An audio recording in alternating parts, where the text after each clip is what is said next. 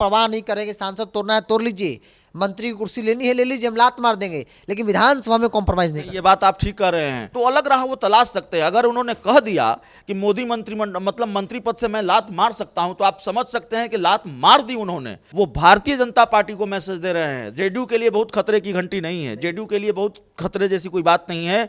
इस बार भारतीय जनता पार्टी को मैसेज दे रहे हैं, बात नहीं मानिएगा तो मंत्री पद का लॉलीपॉप हमको नहीं चाहिए। आप सीएम बनना है चिराग पासवान को, और चिराग पासवान को ये लग रहा हो कि बिहार विधानसभा चुनाव जब संपन्न हो जाएंगे, जो नतीजे आएंगे वो एक तरह से कह सकते हैं खंडित जनादेश, जिसको कहते हैं हंग असेंबली, त्रिकोणीय, इसमें कहीं कोई गुरेज नहीं होना चाहिए। सीधे आंख दिखाई है चिराग पासवान ने भारतीय जनता पार्टी को कि आपके द्वारा दिया गया मंत्री पद मेरे लिए महत्वपूर्ण नहीं है, लात मार देंगे और हमें जो करना होगा वो करेंगे। नमस्कार, द इंडिया टॉप देख रहे हैं, मैं हूं आपके साथ बिरजू सिंह। चर्चा की शुरुआत एक बड़ा सवाल से कि क्या चिराग पासवान मंत्री वाली कुर्सी पर लात मारेंगे, क्योंकि उन्होंने एक कार्यक्रम के दौरान कहा कि मेरे पिता ने जब मंत्री की कुर्सी पर लात मारने में नहीं सोचा तो फिर मैं भी नहीं सोचूंगा।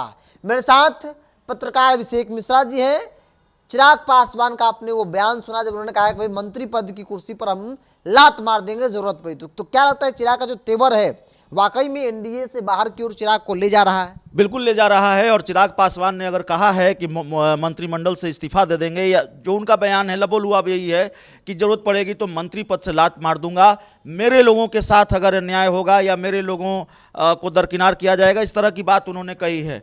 तो देखिए, चिराग पासवान बहुत हल्की बात नहीं करते, ठीक है। चिराग पासवान ने ऐसा नहीं है कि कहने के लिए यूं ही कह दिया हो या नहीं, वो उन्होंने जो कहा है, अगर ये कहा है और कहा है, पटना में श्री कृष्ण मेमोरियल हॉल में पार्टी के ही एक कार्यक्रम में उन्होंने कहा है कि उन्होंने अपने पिता स्वर्गीय रामविलास पासवान का जिक्र किया, वो घटना याद दिलाई कि उन्होंने कैसे इस्तीफा दे दिया था मंत्रिमंडल से, तो मैं भी कुर्सी को लात मार दूंगा, मैं भी मंत्री पद को लात मार दूंगा। तो ये बात तो बिरजू हम और आप पहले से चर्चा कर रहे हैं। चिराग पासवान की प्रायोरिटी मंत्री पद नहीं है, मंत्री की कुर्सी नहीं है। उनकी पार्टी क्षेत्रीय पार्टी है, 5 सांसद और मंत्री पद के सहारे कब तक गाड़ी आगे बढ़ेगी? बिहार में विधायकों की संख्या ठीक ठाक होनी चाहिए, जिस राज्य की आपकी पार्टी है। विधानसभा चुनाव में आपको सीटें मिलनी चाहिए, और अगर दूसरे राज्य में कुछ सीटें एनडीए के तहत मिल जाए तो ज़्यादा अच्छी बात है। लेकिन झारखंड में तो बीजेपी ने झटका दे दिया, गच्चा दे दिया कि नहीं, हमारा गठबंधन तो भाई आजसू के साथ होगा, जेडीयू के साथ होगा। चिराग पासवान को यह बात भी नागवार नहीं गुजरती। ये पहला मौका नहीं है जब चिराग पासवान अकेले झारखंड में चुनाव लड़ने जा रहे हैं, इससे पहले भी लड़ा है उन्होंने। लेकिन चिराग पासवान को यह बात बहुत अखड़ रही है, बहुत नागवार गुजर रही है कि भारतीय जनता पार्टी जेडीयू को भाव तो दे रही है, लेकिन उनको एक भी सीट के लायक नहीं समझ रही है। सिर्फ आजसू के साथ अगर भारतीय जनता पार्टी का गठबंधन होता तो कोई दिक्कत नहीं होती चिराग पासवान को, लेकिन जेडीयू को भी भाव मिल रहा है और उनको भाव नहीं मिल रहा है। उनको एक भी सीट के लायक बीजेपी नहीं समझ रही है। बात नहीं बनी तो अकेले चुनाव लड़ेंगे झारखंड में।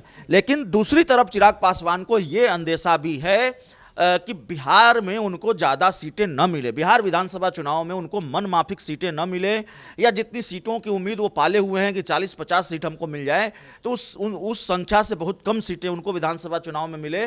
और इसीलिए चिराग पासवान ने अपना प्लान बी सोच रखा है। चिराग पासवान अलग राह पर हैं, जो आपने शुरू में बात कही, तो अलग राह वो तलाश सकते हैं। अगर उन्होंने कह दिया कि मोदी मंत्रिमंडल मतलब मंत्री पद से मैं लात मार सकता हूं, तो आप समझ सकते हैं कि लात मार दी उन्होंने।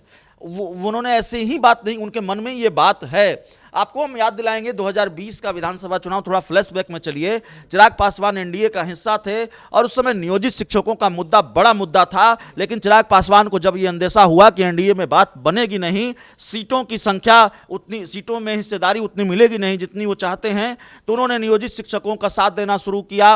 वहाँ से नीतीश कुमार की असहजता बढ़ानी शुरू की, नियोजित शिक्षकों के समर्थन में वो बात करने लगे और उस मुद्दे को उन्होंने भुनाने की कोशिश की। बिहार फर्स्ट, बिहारी फर्स्ट का नारा देना उन्होंने शुरू किया, और उसके बाद धीरे धीरे उन्होंने भूमिका बनानी शुरू की, नीतीश कुमार की नीतियों पर सवाल उठाने लगे। और फिर आगे क्या हुआ आप जानते हैं, चिराग पासवान अलग होकर चुनाव लड़े।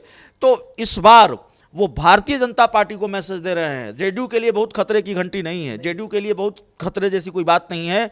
इस बार भारतीय जनता पार्टी को मैसेज दे रहे हैं, बात नहीं मानिएगा तो मंत्री पद का लॉलीपॉप हमको नहीं चाहिए। आप चाहेंगे कि मंत्री पद के भरोसे हम आप जैसे आप हमको ट्रीट करें और हम ट्रीट होते रहें, वो मामला नहीं होगा।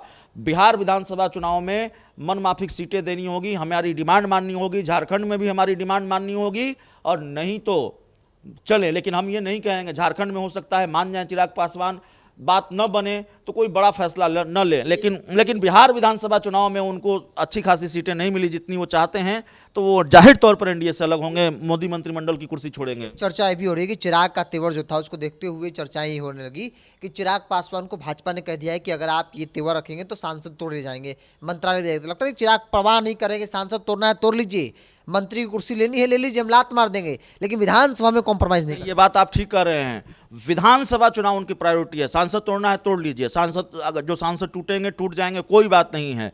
और चिराग पासवान का कॉन्फिडेंस तो बहुत हाई है। चिराग पासवान तो कहते हैं मेरे पास तो कुछ नहीं था, मेरा तो सब कुछ खत्म कर लिया गया था, और वाकई सब कुछ खत्म, पार्टी टूट गई थी, अकेले सांसद बचे थे चिराग पासवान, 5 सांसद चले गए थे, और वहां से फिर चिराग पासवान ने कमबैक किया। आज फिर उनके पास 5 सांसद हैं, पार्टी उनकी मजबूत है, केंद्र सरकार में वो मंत्री हैं, तो जाहिर तौर पर जो उन्होंने खोया उसको उन्होंने हासिल किया है, तो कॉन्फिडेंस तो हाई है। चिराग पासवान जानते हैं कि चलिए फिर अगर सांसद चले जाएंगे तो अगले चुनाव में फिर आ जाएंगे, लेकिन बिहार विधानसभा चुनाव की अपॉर्चुनिटी को मिस नहीं करना चाहते। वो चाहते हैं कि उनके विधायकों की संख्या 15, 20 हो, 25 हो। किंग मेकर उनकी प्लानिंग है। वो सिर्फ ये नहीं चाहते कि उनके विधायक जीत जाएं और सपोर्ट कर दे और उनके कुछ विधायक मंत्री बन जाएं सरकार में, ये उनका टारगेट नहीं है। सीएम बनना है चिराग पासवान को, और चिराग पासवान को ये लग रहा हो कि बिहार विधानसभा चुनाव जब संपन्न हो जाएंगे, जो नतीजे आएंगे वो एक तरह से कह सकते हैं खंडित जनादेश, जिसको कहते हैं हंग असेंबली,